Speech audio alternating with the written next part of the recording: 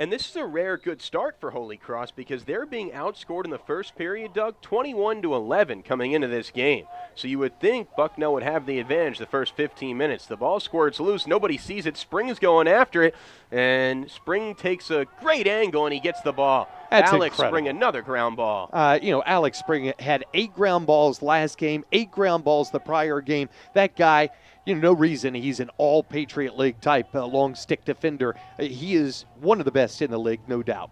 Absolutely. I mean, Alex Spring this season came in as a preseason all-league selection. He's third in the Patriot League in ground balls per game and second in the Patriot League in turnovers caused per game, and he did them both right there. And unfortunately for Bucknell there too, Justin, Bucknell turned the ball over. Flibbit kind of got his miscrossed, if you will, and he wasn't able to get the bouncing ball that had bounced over his teammate's head and came down to him on the pass.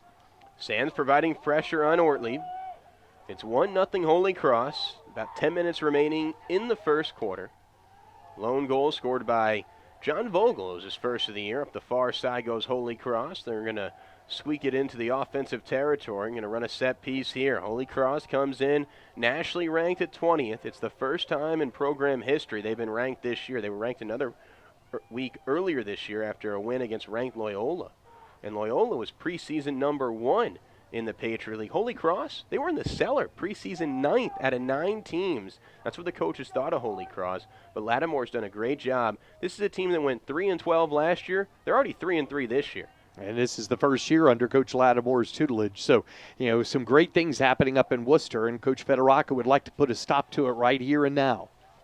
And the ball squirts loose, and it's going to be picked up by the Bison. Great defense by Bucknell, as it's Mike Edelman who picks up the loose balls. It just kind of squirted loose out of the stick of Frank Gall. Yeah, Gall was trying to make a dodge there, and he was unable to keep it in his cross. Dixon has it.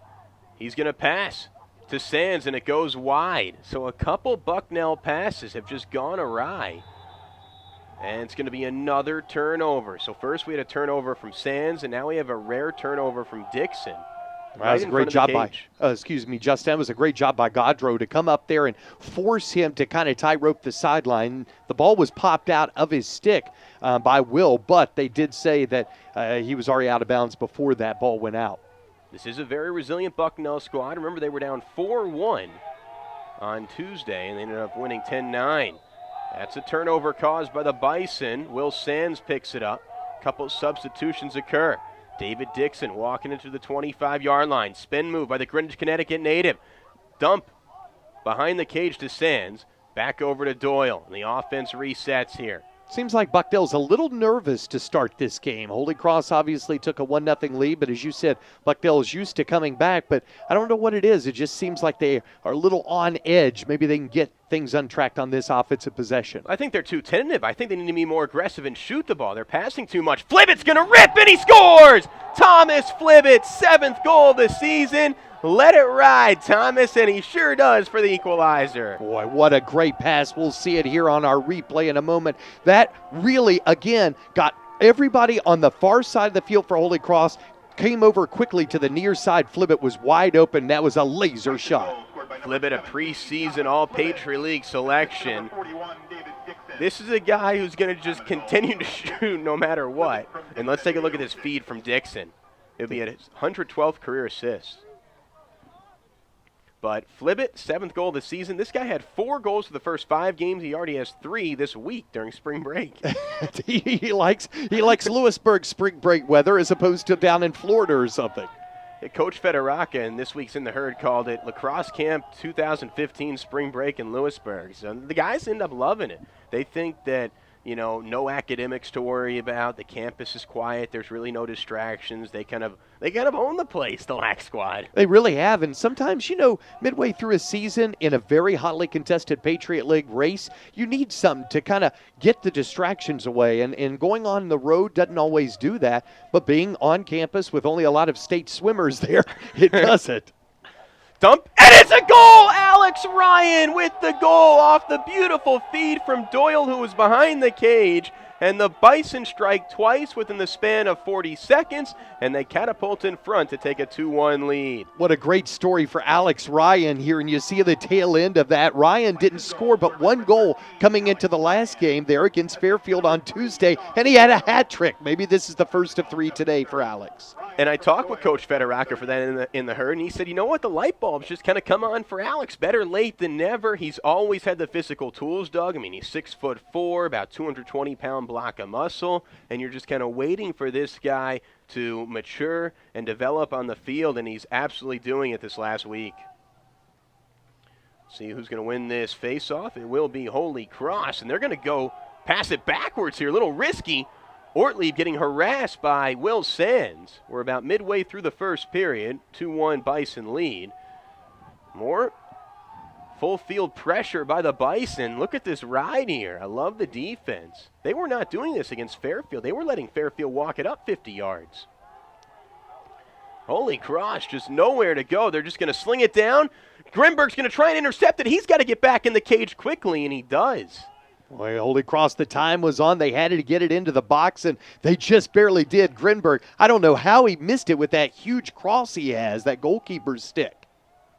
Well, here comes Wilkinson, number 4 in purple. He's their best player for the Crusaders, the junior. 5'7", 170-pounder. You want to see him get involved. He's camping out right in front of the cage. Lefty shot, wide right. Holy Cross there to chase it down. It's John Vogel. They're closest to the ball, so it will stay with the purple and white. Terry McKenna with that shot. There's a great story on the GoHolyCross.com page, the page for athletics at the College of the Holy Cross, Justin, about Terry and his older brother, rather. They both were great players at Holy Cross, and obviously Terry is a superb player right now as well. His brother was the captain on the 2011 squad. And Terry was just recently named this week to the class award list, which is for senior leadership throughout the entire Division I ranks of men's lacrosse. Yep, it has to do with community, classroom, character, and competition. So a great student athlete is McKenna.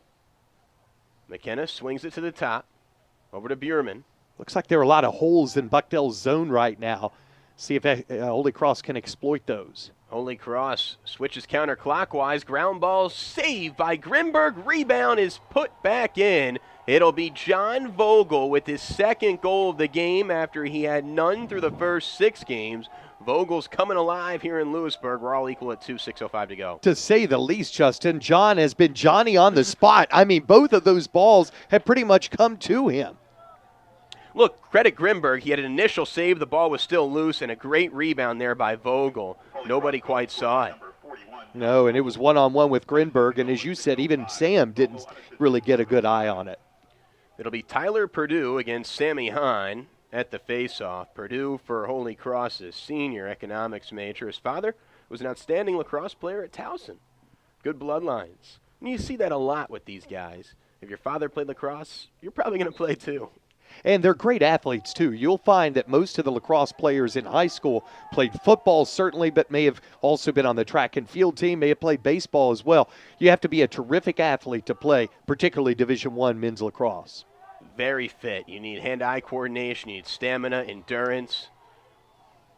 Holy Cross wins that face-off as the ball kept squirting loose. Here's Wilkinson. Well, that was one of the highlights in the loss to Harvard, to be quite honest, was in the X for Holy Cross earlier this week. Tyler Purdue ended up winning 17 of the 26 face-offs in that contest, so he's off to a pretty good start here today. And Purdue wins 50% of the face-offs this season, as that pass is going to be deflected by Keller, so it will stay with the purple and white. 5 minutes and change to go. We're tied at 2 here in the first quarter between nationally ranked Holy Cross, 20th in the country, and the Bucknell Bison.